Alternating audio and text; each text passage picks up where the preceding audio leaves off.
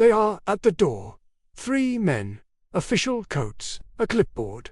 They do not knock, they present papers and walk inside. They are looking for the food you stored beyond your allocation. The currency you are not supposed to hold.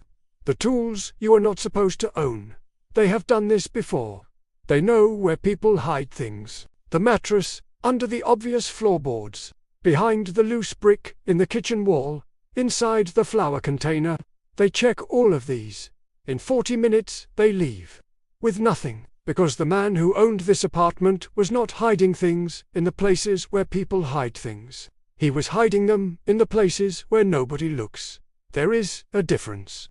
The difference is the technique. Behind the Iron Curtain, the threat to private resources came from 2 directions simultaneously.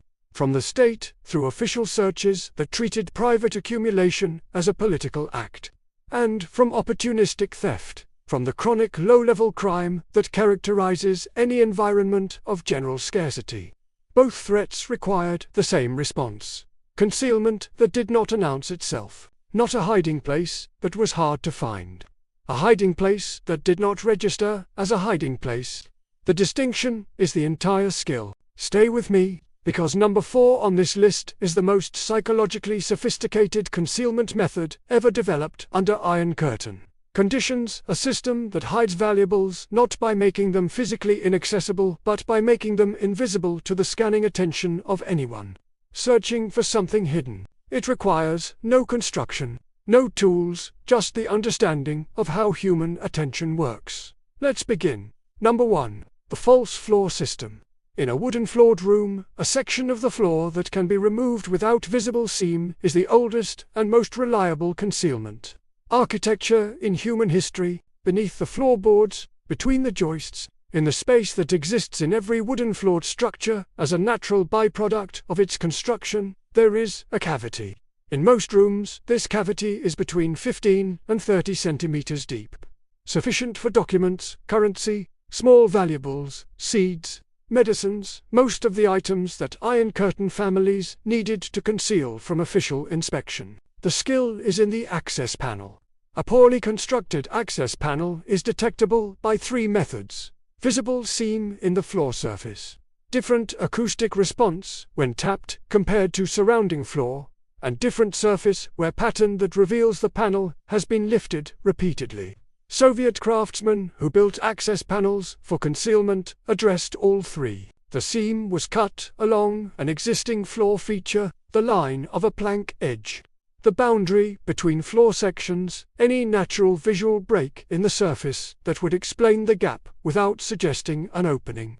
The acoustic response was matched by adding mass to the underside of the panel, a layer of dense material that brought its resonance frequency into line with the surrounding floor. The wear pattern was managed by using the panel regularly, not just for concealment, but as a normal part of household movement, so that its surface showed the same wear as the surrounding floor. Romanian and Hungarian craftsmen who built these panels in the 1960s and 1970s produced installations that survived multiple official searches by inspectors specifically trained to find exactly this type of concealment. The panel was present throughout the search. It was walked on. It was not found. Number 2. The book safe and decoy library system. A hollowed book is the most glitched concealment device in popular culture. It is also highly effective when used correctly. The glitched version, a single hollowed book placed on a shelf, obviously thicker or obviously newer than its neighbors, positioned in a way that draws attention to itself as the anomaly it is. The correct version, a library. Iron Curtain, intellectuals, academics, and anyone else who could justify a large collection of books maintained concealment systems inside legitimate working libraries of genuine books. The hollowed volume was not the obvious anomaly in a shelf of 20 books. It was the indistinguishable member of a collection of 300, in a room where the presence of books required no explanation, and searching through 300 volumes individually represented a significant investment of the inspector's time. The concealment was reinforced by the social signal of the library itself. A room full of serious books communicated a certain type of occupant, educated, intellectual, culturally legitimate. The implicit message to any official conducting a search was that this household's resources were intellectual rather than material, and that a thorough book-by-book inspection was unlikely to yield the kind of contraband they were looking for. The books were the concealment, not the hollowed book inside them. Soviet writers and academics maintained this system throughout the entire Soviet period. The library that did not hide anything was, itself, the concealment device. Number 3. The buried garden cache. The soil of any garden, any yard, any accessible outdoor space is a storage medium that predates human civilization. Behind the Iron Curtain, the buried cache valuables sealed in waterproof containers and buried at locations known only to the owner was a primary strategy for protecting accumulated resources from both official search and opportunistic theft. The container, any vessel that provides waterproof protection. A sealed glass jar with a rubber gasket lid. A metal tin with the seam sealed with pine resin or candle wax. A length of sealed copper pipe. The container must exclude water completely. Moisture penetration destroys documents, degrades currency, and accelerates the deterioration of any organic material. The location, not random, precisely determined by reference to fixed landmarks that the owner can relocate under any conditions, including at night. After years of absence, under emotional stress, Soviet families described their location methods in terms of triangulation, the burial point at the intersection of lines drawn from two fixed landmarks at measured distances, a specific tree, a wall corner, a fence post set in concrete. The cache location was memorized, not written down. Written records were subject to discovery. Memory, maintained through periodic mental rehearsal, was not. Eastern European families who buried gold, currency, and documents during the upheavals of the 20th century and retrieved them years or decades later consistently used triangulation as the only reliable approach without a written record. The garden gives nothing away. Its surface is identical to its surface before the burial. The cache is invisible at the level that matters. Stop here. Think about the most valuable physical things in your home right now. Where are they? In a drawer, in a safe, in a box, on a shelf, in locations that any experienced thief would check within the first 10 minutes. The Iron Curtain household that accumulated value, gold, currency, seeds, medicines, tools, did not store it in any location that searching attention would find quickly. It stored it in locations that searching attention would not register as storage locations at all. Write in the comments, if someone searched your home right now, how long before they found your most valuable possessions? Number 4. The cognitive camouflage system.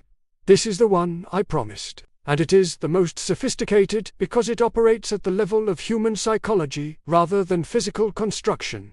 The principal, human searching attention, is pattern recognition behavior. A searcher is not examining every surface of every object in every location. They are scanning for patterns that match their mental model of what a hiding place looks like. The concealment that defeats this scanning is not the concealment that is physically hard to access. It is the concealment that does not match the pattern. Soviet security service manuals documented the standard residential search procedure. Mattress, floor, ceiling, furniture, hollows, clothing, food containers, select books, wall cavities behind obvious furniture. Systematic, efficient, the concealment that survived these searches was not in any of these categories. It was in the category that search procedure had no reason to include items that carried no visual or contextual signal that they might contain something hidden. A jar of pickled vegetables among 30 identical jars, a brick accessible through removal that leaves no visible seam, a weight in the hollow curtain rod above the window, a cavity in an ordinary flower pot sealed with matching clay, growing a real plant. None of these matches the pattern. None triggers the recognition response that directs a searcher's attention. Soviet families, who survived the most intensive search campaigns, in Poland during martial law, in Romania during the Securitate period, reported the same finding. Official searches found what was hidden in ways matching official search patterns. They rarely found what was hidden in ways that matched no pattern at all. The camouflage was cognitive, not physical. Number 5. The distribution principle. The most dangerous moment for any Iron Curtain concealment system was not discovery. It was partial discovery. An inspector who finds one cache knows there is likely more. The search intensifies. The household is under sustained attention. Soviet families who had survived multiple official searches described the same protective strategy: distribution. The most important items did not exist in one location. They existed in 3: the home concealment, a buried garden cache, and a trusted external location at a neighbor's or family member's home. No single discovery, no single confiscation, no single search event could eliminate the complete resource. Each location was unknown to the other's occupants. The home concealment was unknown to the neighbor.